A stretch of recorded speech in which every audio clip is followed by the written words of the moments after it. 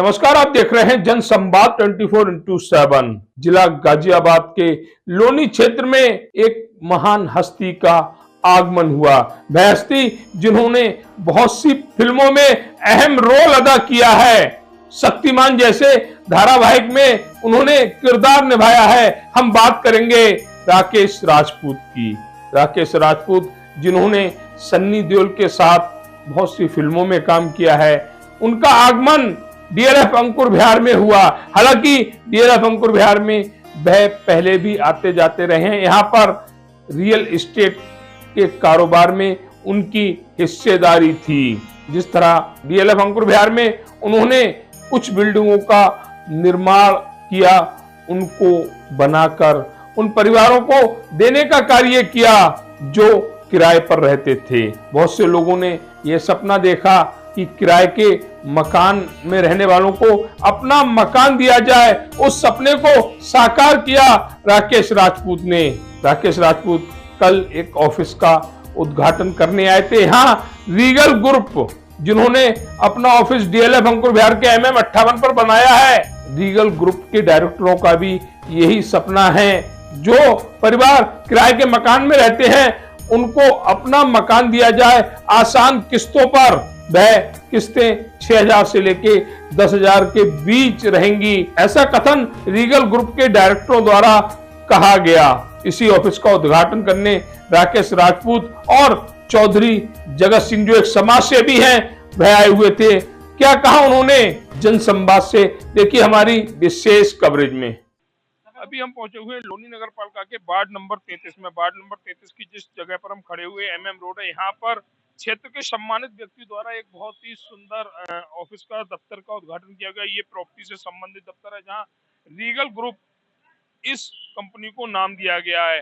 Company के जो सदस्य हैं, जो डायरेक्टर हैं, उनसे भी बात करेंगे, लेकिन उससे पहले बात करेंगे हम यहाँ पर आए मुख्य अतिथियों से, जिसमें हमें जानकारी लगी है कि बहुत ही सम्मानित व्यक्ति राकेश राजपूत जी यहाँ पर आए हैं, जिन्होंने एक बहुत बड़े एक्टर, अगर हम सीधे सीधे कहें तो सन्नी देओल के साथ कुछ पिक्चरों में कार्य किया है, कुछ फिल्में बनाई भी हैं।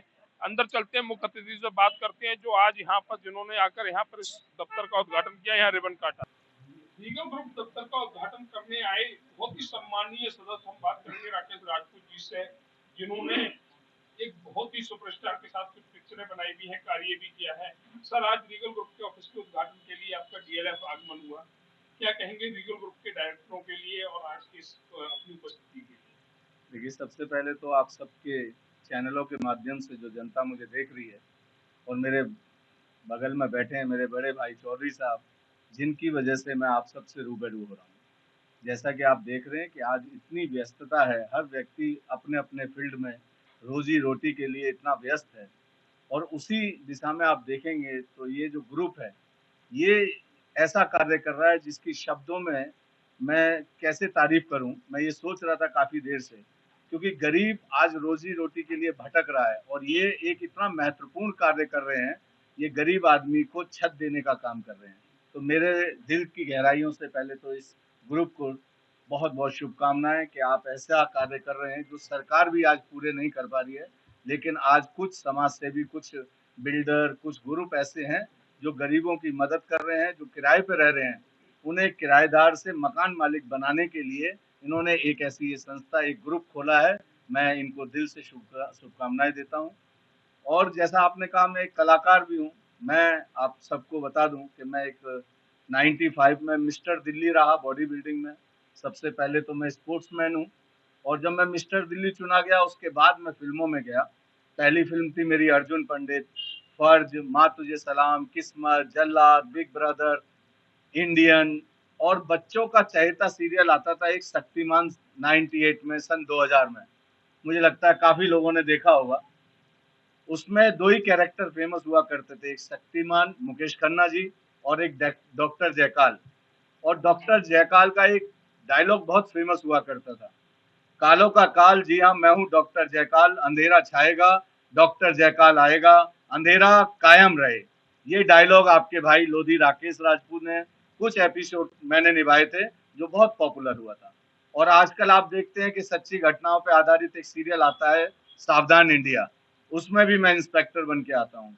और मेरी नई फिल्म आने वाली है रुचिका, उसमें भी मैं इंस्पेक्टर बन के आ रहा हूँ, सच्ची घटना पे आधारित है, दिल्ली के सफदरजंग इंक्लेव की। ये तो मेरे बारे में आपको पता चला।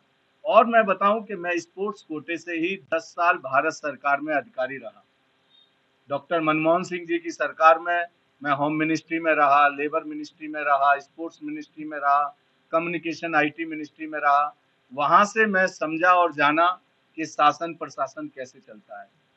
और मैंने एक प्रण लिया कि मुझे कभी भी मौका मिलेगा समाज सेवा का, तो मैं अपने तन मन धन से, जैसा कि मेरा भी एक छोटा सा कार्य है बिल्डर का ही, यहीं गाजियाबाद में ही, यहीं डीएलएफ में लोधी स्टेट के नाम से मैं भी फ्लैट वगैरह बनाता हूँ। तो कहने का मतलब मेरा यह है कि हम सबका एक ध्येय, एक विचार, एक इच्छा ये होनी चाहिए कि जो शोषित वंचित समाज है, गरीब है, वो किसी भी जाति धर्म से हो, उससे ऊपर आप मानवता का धर्म अपनाएं और सबकी एक दूसरे की मदद करें। तो ये देश जो विश्व गुरु था, जो सोने की चिड़िया था, वो बातों से नहीं होगा, ये आपके और हमारे दोनों के मिलने से तब ये कार्य आगे बढ़ेगा। और हम प्रण लेते हैं, ये समझते हैं कि हम सब इतने सारे लोग हैं, सब लोग बुद्धिजीवी वर्ग से आते हैं, सब लोग सक्षम हैं। और ज्यादा कुछ नहीं कहना चाहता। मैं भारत सरकार में रहा, मैं फिल्म एक्टर हूँ, मैं पहलवान हूँ और आज समाज सेवा कर रहा हूँ। और मेरे साथ मेरे भाई बैठे हैं चौधरी साहब। चौधरी साहब का भी मुझे मार्गदर्शन मिलता रहता है और ये भी बहुत जनहित में कार्य करते रहते हैं। मैं चाहता हूँ कि चौधरी साहब भी दो शब्द कहें हमारे डीएलएफ के लिए, हमारे गाजियाबाद के लिए, हमारे उत्तर प्रदेश के लिए।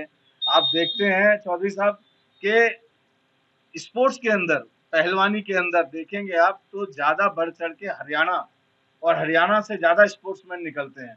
हमारा उत्तर प्रदेश क्यों नहीं है इतने अच्छे कलाकारों को, इतने अच्छे स्पोर्ट्समैन को वो प्लेटफॉर्म मुहैया करा पाता है जो हरियाणा करा पाता है। हमारे गाजियाबाद में देखिए बहुत जरूरत है यहाँ अच्छे स्टेडियम की। आपके डीएलएफ में देखिए बहुत सी समस्याएं हैं, रोड की समस्या है, पार्क की समस्या है, तमाम समस्याएं हैं। लेकिन समस्याएं अपनी जगह है, अगर हम सब एकजुट हो जाएं तो ये समस्याएं कोई बड़ी समस्याएं नहीं है। बस हमें एक मन होके इस डीएलएफ को, इस गाजियाबाद को एक मन करके इस डीएलएफ को हम विकास करें। ये तो मुझे नहीं लगता है कि ये बहुत बड़ी समस्या है। देखिए इसमें कोई दो मत नहीं है, आज युवाओं के लिए बहुत सारे प्लेटफॉर्म है। उसमें आप देखेंगे सोशल मीडिया। मैं जब 98 96 में फिल्मों में गया, उस समय मैं अपनी फोटो डायरेक्टर प्रोड्यूसरों के घर जा जाके दिखाता था और उस फोटो को देख के वो मेरे लिए कैरेक्टर डिसाइड करते थे। लेकिन आज मैं ये कहता हूँ कि हम तो किसान के बेटे हैं, हम लोग इतने धनाढ्य परिवार से नहीं थे। तो हम लोग बॉम्बे में फिल्मों में एक दो में कर रहे थे, बाकी वो 2-2 महीने बाद शूटिंग होती थी। 2 महीने तक फिर बॉम्बे में कैसे सरवाइव करें? रहने के लिए, खाने के लिए, सरवाइव करने के लिए पैसा चाहिए। लेकिन आज मैं यूथ के लिए उतनी सारी अपॉर्चुनिटी खुली हुई है कि आप अच्छे डायरेक्टर बन सकते हैं, आप अच्छे डांसर बन सकते हैं, आज अच्छे लिरिक्स राइटर बन सकते हैं, अच्छे एक्टर हैं। और आपको जरूरत नहीं है बॉम्बे जाने की। आप अपने एक कमरे में जो अच्छा डांसर है, जो अच्छा डायलॉग बोल सकता है, वो ज्यादा से ज्यादा 30 सेकंड की या 1 मिनट की अपनी वीडियो रिकॉर्ड करे और डायरेक्टर प्रोड्यूसरों की वेबसाइट पे डाल दे और उनके ऑफिस में संपर्क करता रहे। तो आज टैलेंट की कमी है तो कमी नहीं है, तो प्लेटफॉर्म की भी कमी नहीं है। सोशल मीडिया एक इतना अच्छा माध्यम है कि आज देख रहे होंगे बहुत सारे ऐसे हैं जो सोशल मीडिया से आज करोड़ों रुपए कमा रहे हैं, महीने के करोड़ों रुपए कमा रहे हैं। और कोई सवाल हो तो बताइए आप। चलिए इसी संदर्भ में बात करते हैं चौधरी जगत सिंह जी से, क्षेत्र के सम्मानीय व्यक्ति हैं, उनके द्वारा आज इस ऑफिस में उनकी उपस्थिति दर्ज की गई है, बड़ी बात है। प्रॉपर्टी से संबंधित एक और जानकारी दर्शकों को देंगे। आज के समय में प्रॉपर्टी में धोखाधड़ी बहुत हो रही है। यहाँ पर सम्मानीय व्यक्ति बैठे हुए हैं तो यहाँ पर धोखाधड़ी का कोई मतलब नहीं होगा। बहुत से ऑफिस ऐसे खुले हुए हैं जहाँ लोगों को प्लॉट के नाम पर, जमीन के नाम पर सिर्फ धोखा मिलता है, लेकिन यहाँ ऐसी आशा की जा सकती है कि चौधरी साहब जैसी शख्सियत यहाँ बैठी हुई है। चौधरी साहब क्या कहेंगे आज के इस माहौल को लेकर, तो प्रॉपर्टी में सबसे ज्यादा फ्रॉड हो रहे हैं? मैं एक चीज को राकेश राजपूत जी के पहले दो बात इनकी लेता हूँ प्रॉपर्टी के बारे में।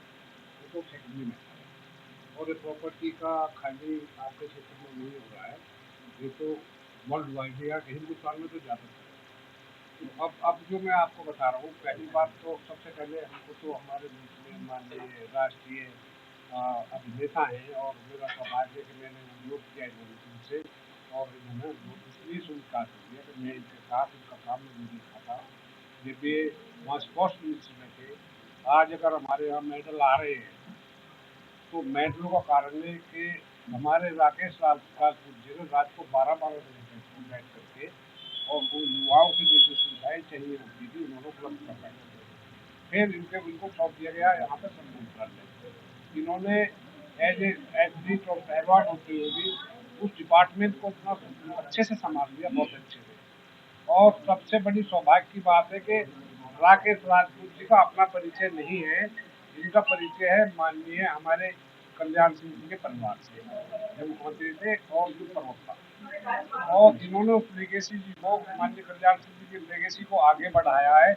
और आज जो इनका रोल है उत्तर प्रदेश में उसको बहुत अच्छे से निभा रहे हैं, क्योंकि जो भी पार्टियां होती है पक्कर तो इनकी ईमानदारी ये है कि बिना वजह के तो आरोप लगाते नहीं है, लोग को ऐसी बातें करते हैं और बहुत लिमिटेड बोलते हैं। उत्तर प्रदेश में पहली बार कोई अगर राजनेता के रूप में आया था महिलाओं का सम्मान कराने के लिए, तो गांव गांव इन्होंने यात्रा करके और बहनों से राखें मंगवाई। मैं तो इनका बहुत शुक्रगुजार हूँ कि मैं इनकी राजनीति की रूपरेखा ही बिल्कुल अलग थी कि चुनाव में जाने से पहले इन्होंने हर घर में हर बहनों से राखें बंधवाई, उनको वस्त्र दान दिए। और अगर उनको पैसे की भूख होती तो ये कभी भी इधर आते नहीं, फिर उनको अपने क्षेत्र की, अपने प्रदेश की याद आई कि मैं इसमें अपने जीवन को लगाऊंगा और मेहनत करूंगा। तो सेंटर से जो आदमी उठ करके, जबकि ज़्यादातर लोग जो है सेंटर में चिपके रहते हैं, उनके चाहे कौन सी पार्टियों निकलते ही नहीं, काम नहीं करते क्षेत्र में जाके। ये क्षेत्र में जाके काम भी करते हैं, प्रदेश की समस्याओं को, देश की समस्याओं के बारे में ज़्यादा नहीं करते। He is a very real politician and social worker. तो मैं तो इनके बारे में कहूँगा। अब दूसरी बात आएगी जो आपने एक सवाल किया था, सवाल जो किया था कि अब हमारे यहाँ पे डीएलएफ को तो मैं नहीं कहता, लेकिन डीएलएफ के अलावा कई कॉलोनियाँ बच रही हैं, उनके लिए तो राकेश राजपूत जी जानेंगे या जो भी लोग जानेंगे। तो वो लोग क्या कर रहे हैं, अभी मैं देख रहा था कि किसी ने मुझे बताया कि खजूरी खास के नाम से इंस्टाग्राम पे कोई राणा प्रॉपर्टीज है और वो राणा प्रॉपर्टीज के अलावा एड्रेस खजूरी के दे रहे हैं। तो जब मेरे से किसी ने संपर्क किया जी खजूरी में 1 लाख रुपए दे के वहाँ प्लॉट मिलने में, कौन सी खजूरी की बात करें, खजूरी तो एक ही है और वो दिल्ली में है, ऐसा कैसे हो रहा है।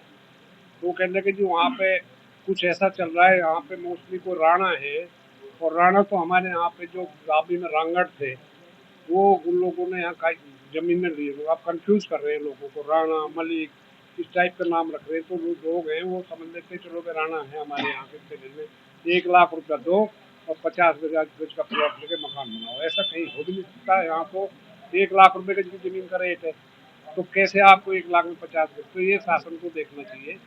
मैं किसी को एलिगेशन तो नहीं था, शासन है, प्राधिकरण है या गाजियाबाद प्राधिकरण है, उनको अगर हम बात करें तो ये पहली बात नहीं हो रहा। कई ऐसे मुद्दे आए हैं, कई ऐसे मामले आए हैं जहाँ की प्रॉपर्टी को लेकर विवाद या उलटफेर हुआ है।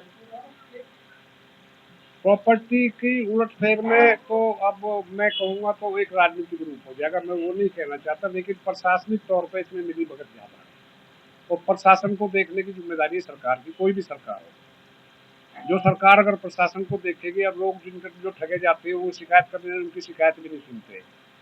अगर शिकायत भी वो सुन लेंगे अधिकारी हो तो उनको उनकी सेवा कर देते हैं, उनकी शिकायत जो पीछे पीछे घूमते हैं उनके पैसा फॉरफिट हो जाता है।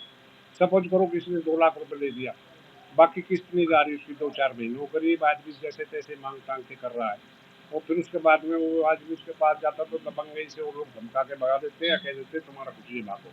फिर बाद में क्या होता है, जब ये कॉलोनियाँ डेवलप हो जाती है तो फिर प्राधिकरण आता है जी ये तो अनऑथराइज बस रही है। जब ये बस्ती होती है उस समय प्रशासन की सभी यूनिट होती है, चाहे पुलिस हो, चाहे आपकी तहसील हो, चाहे जो भी लोग हैं, उस समय वो सक्रिय इसमें रहते कि उस समय उनकी सेवा हो रही होती है। तो इसमें तो नागरिक जो क्षेत्रीय नागरिक है मैं उनको दोषी समझूंगा, वो इसकी शिकायत नहीं करें, वो शिकायत करें। और हमारे पास प्रेस जो है वो उसकी वजह से देश चल रहा है, प्रेस से संपर्क करें, प्रेस का सम्मान करें, चाहे वो आप ऊपर लेवल पे ले जाओ या नीचे पे, प्रेस के भी 2 लोग हैं। अगर हम बात करें तो चौधरी साहब का मानना है कि कहीं न कहीं तो प्रशासन के बीच में मेरी झड़प हो सकती है? देखो ओझा जी, इसमें सख्ती नहीं है, सख्ती तो एक कंफ्यूज वर्ड है। आप क्या देख रहे हो, मैं दिल्ली में रह रहा हूँ, जितनी डीडीए की जमीनें बसी हैं, तो हमारी भी मेरे यहाँ 50 बीघे जमीन थी, 30 पैसे का गवर्नमेंट ने मुआवजा तय किया। वही जमीन पर आज 4 लाख रुपए गज का रेट है। मैं तो किसान इसमें किसान आंदोलन में टीवी डिबेट्स में था। किसान क्या करते हैं, इनके किसानों की जमीन सस्ते रेट में ले लेती है अथॉरिटियां, जो भी हो, चाहे गाजियाबाद हो, दिल्ली या कोई भी है, वो उसको डेवलप नहीं करती हैं। जब डेवलप नहीं करते, जो जो किसान है लूट रहा है, उसके पैसे सस्ते में जा रही है, तो उसकी भरपाई के लिए दूसरे लोग जाएंगे, ये जमीन हमें दो आप, तो वो अनऑथराइज डेवलप कर लेंगे और उसको डेवलप करके उनसे मिली भगत जब डेवलप होती है, फिर आते हैं जी आप अब इस पर बुलडोजर चलवाओ। बुलडोजर से चलेगा, बुलडोजर तो कोई भी सरकार रहेगी। तो ये नागरिकों की खुद की गलती है। अभी यही बात इन्होंने कही है कि नागरिकों के सहयोग से, जो भी नागरिक है, तभी सरकारें काम करती है। हमारी दिल्ली में 11 साल केजरीवाल, 11 साल तक केजरीवाल जनता को अफीम पिला दी, फ्री में बिजली, फ्री में पानी, और वो उसने अपनी बना दी खूब वहां मौज लेकर के अब छुपता फिर रहा। मैं किसी राजनीतिक दल के लिए नहीं कहूंगा, लेकिन कोई भी अब ऐसे राजनेता हो जिन पे कोई आक्षेप ना है, ये किसी भी दल में रहे परिवार से, कि इन पे कभी आएगा नहीं। राकेश राजपूत फिल्म इंडस्ट्री में भी रहे थे, जिनका आज भी उनका उतना ही सम्मान है। तो ऐसा एक आखिरी सवाल है, रीगल ग्रुप ने आज यहाँ पर अपना बहुत बड़ा ऑफिस यहाँ खोला है और बीड़ा उठाया है, सबका घर हो अपना, किराएदार बने मकान मालिक।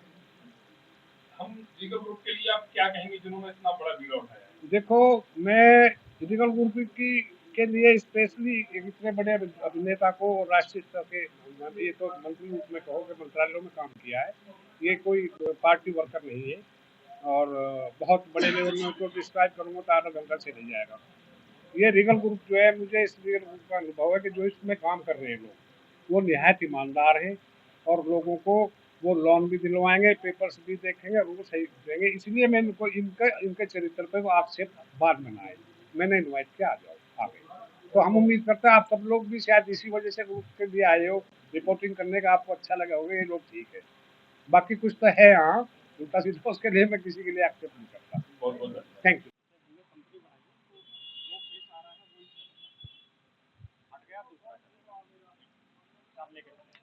बात करते हैं रीगल ग्रुप के जो ऑर्गेनाइजर हैं उनसे। लगातार क्षेत्र में अपनी सेवाएं देते रहे हैं। इससे पहले भी बहुत सारी जगहों पर भैया के दफ्तर देखे गए जहां भैया कार्य कर रहे थे। एक बार फिर कुछ और लोगों के साथ मिलकर या कहें कुछ अपने साथियों के साथ मिलकर एक बड़ा नाम दिया है रीगल ग्रुप, उसके बारे में जानकारी लेते हैं कि आखिर ये नाम कैसे सुझाया और इस नाम को रखने का पर्पज क्या है। भैया आपका नाम? नमस्कार जी, मेरा नाम महकार सिंह खटाना है। महकार जी, आपने रीगल ग्रुप के नाम से एक जी। कंपनी का उद्घाटन किया है जी, जी। प्रॉपर्टी से संबंधित है। जी, जी, जी। ये नाम कैसे सुझाया और इस नाम ये नाम रखने का पर्पस क्या है? इसके नाम रखने का पर्पस ये है कि रीगल, इसके कई मायने आते हैं। मैं एक छोटा-सा आप लोगों को बता दूँ कि जो एक गरीब तबके का आदमी है, जो किराए पर रहता है, जो 5,000 7,000 किराया देता है और वो जीवन भर किराए पे रहता है, अपने मकान का मालिक नहीं बनता है। हमने एक बीड़ा उठाया है कि किराए जैसी, जो किराया दे रहे हैं, ऐसी किस्तों पर उन्हें फ्लैट दिए जाएँ। फ्रॉड बहुत ज़्यादा हो रहे हैं, लोग वीडियो बना-बना कर डाल रहे हैं।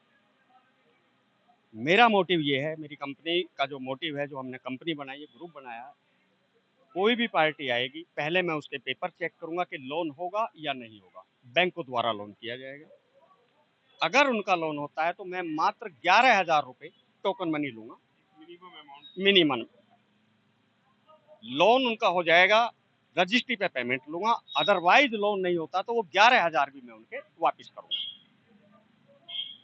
क्योंकि गरीब आदमी किस तरीके से पैसा कमाता है, वो पैसा उसका मार लिया जाए, बड़ा दुख होता है। इस कंपनी का खोलने का मतलब ये नहीं है कि हम डीएलएफ तक ही सीमित रहें। हम इसे ऊंचे स्तर पर लेकर तरीके से हम कार्य चाह रहे हैं। हम पूरे एनसीआर में आगे भी इसे लेकर के जाएंगे। अभी टीम हमारे पास में करीब 10 आदमियों की टीम है, जो 10 आदमियों की टीम से स्टार्ट किया है हमने। आगे टीम बढ़ेगी, स्टाफ बढ़ाएंगे, जैसे जैसे काम बढ़ता जाएगा। आप सभी का सहयोग मिलता रहेगा, आप लोगों के चैनल के माध्यम से सहयोग मिलता रहेगा। जनता का सहयोग मिलता रहेगा, आगे काम बढ़ाते रहेंगे।